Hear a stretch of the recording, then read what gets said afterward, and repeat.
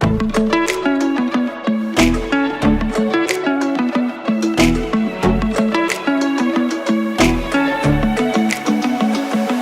Tish here. Welcome back to my channel, Life According to Tish.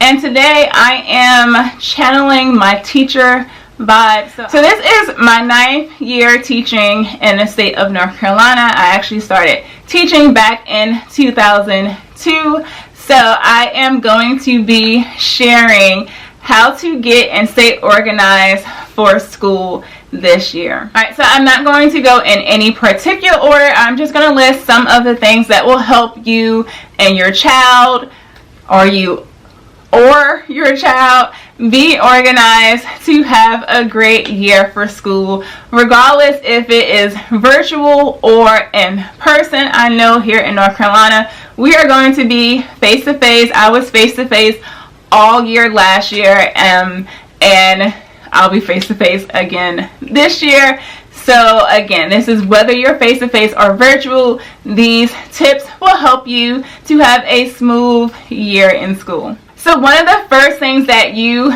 should do or should have done by now is check the supply list and go ahead and get those supplies. So make sure you check to see what all supplies you have left from last year before you go out to make that list and do your shopping. You also want to include whatever clothing items you or your child will need for school this year, or at least to get the school year started off. So that is shoes, underwear, mask, you name it, backpacks, whatever. Check to see what all you need, make that list, and go get it as soon as possible, especially before everything is picked over. And while we're talking about school supplies, one of the best ways to get your child organized, especially if your child is in first grade or higher and they have to have multiple books for different subjects, is to color coordinate those books. So for each subject, pick one color. Composition notebooks come in so many different colors and cute designs.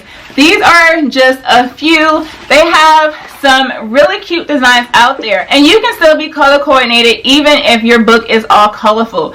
Pick a main color in that book, and if you need a folder, make sure you have a folder that matches so that that child knows if my book is red and my folder is red, then I know that both of those are for reading. And if it's green and my folder is green, I know that both of those are for math. For science, social studies, so far, whatever you need, then you know that, okay, I have everything I need for this subject and it's color coordinated. So whenever the teacher says, hey, take out your reading notebook, the kid automatically knows, oh, that's my red notebook. Or take out your reading folder. They know, oh, that's my red folder. The same thing works for you if you are a grown-up attending college, or even if you're in high school, whatever. It still works to help it be color coordinated. That way you always know what is what and can keep your stuff nice and organized. All of your assignments will be in the right place. So something else that you should do before the first day of school, if school's already started for you, then go ahead and do this right now.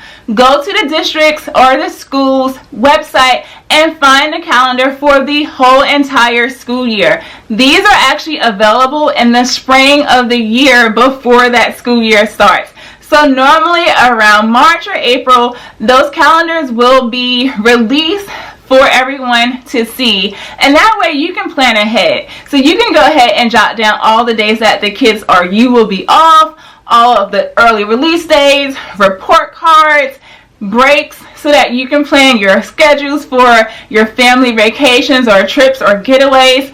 And this way you are all set for the rest of the year. Add it to your personal calendar. That way that you can keep track and always know exactly when your kid's supposed to be in school and when they're not.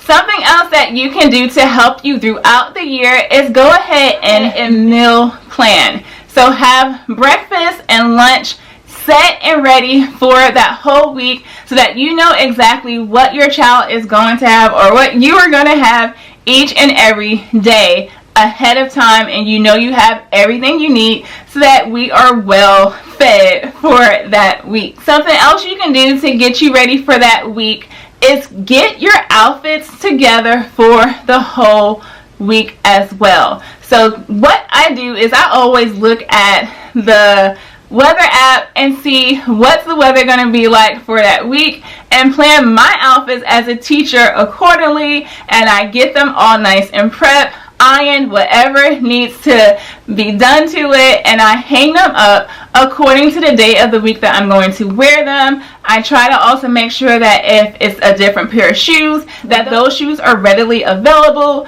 Socks, mask, any other accessories are all there and ready to go. And if you have little kiddos, you might not want to necessarily hang these things up for them, but you can use the little storage cubbies or even the hanging closet organization cubbies where you can have the 5 slots and put their outfits in there for each day of the week so that they know, all right, today's Monday, I have my outfit. Today's Tuesday, I have my outfit, and their outfits are all there, ready to go. And especially for the little ones, you might want to go ahead and add undies and everything else in there as well.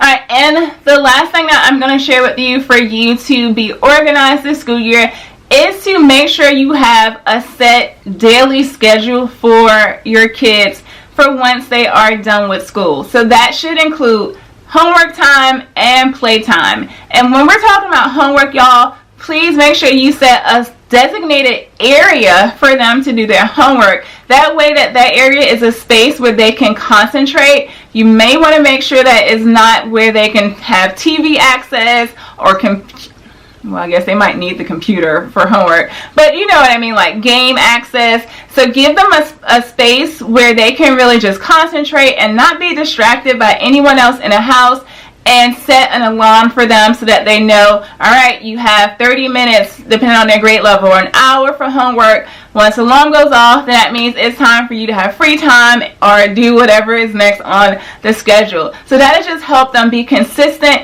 and it's really best if you allow them to be able to do their work as soon as they get home. I know you feel like, oh, they've been working all day, they need a break. They really don't. Once they take that break, it's going to be super hard for them to snap out of that break to get back into study mode. So it's best to try to get them to do their homework as soon as they get home. Drop their books, get a snack, go do your homework. That way that as soon as you're done, you have the rest of the night to just have fun and relax and shift mode. So yeah, that is just the advice that I have as far as how to help you have an organized year in school.